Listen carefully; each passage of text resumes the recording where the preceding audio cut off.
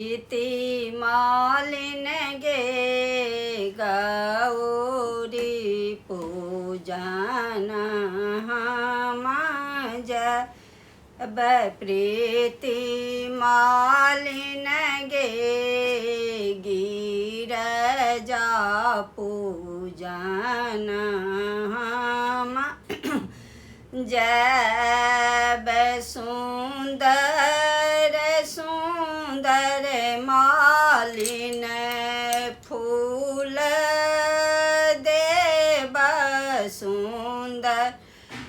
प्रीति मालिन गे गौरी पूजन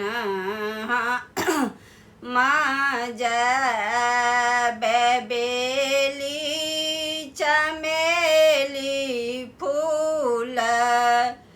अड़हुल के देव प्रीति मालिन गे गौरी जाना हम जब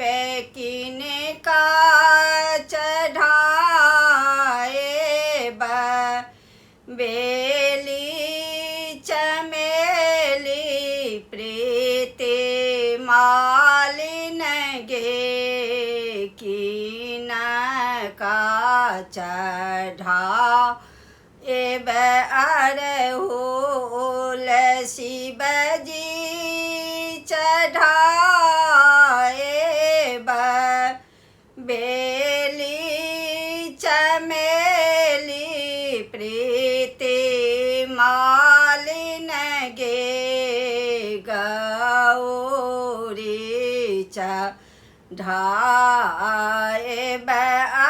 अड़हुल प्रीति मालिन गे गौरी पूजन हम जब शिव जी से मांगब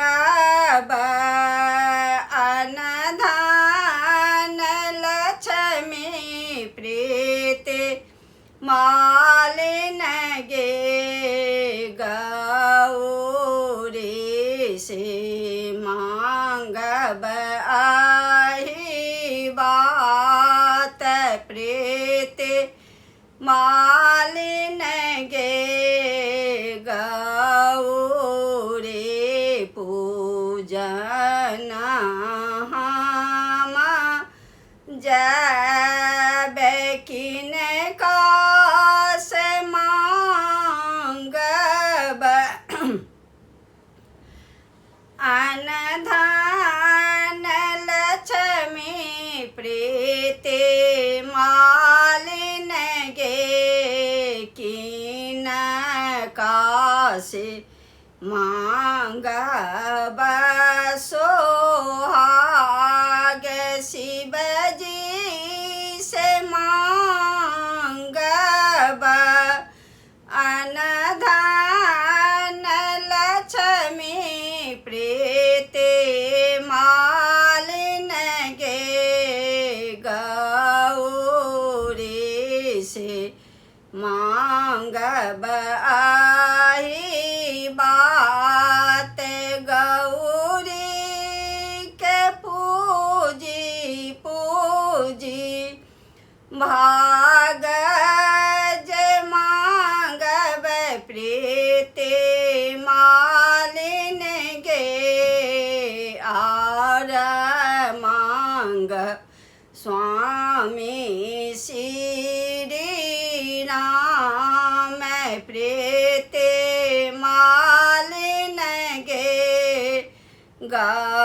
गौरी पूजन हम जब। जय श्री राम, जय मैथिली।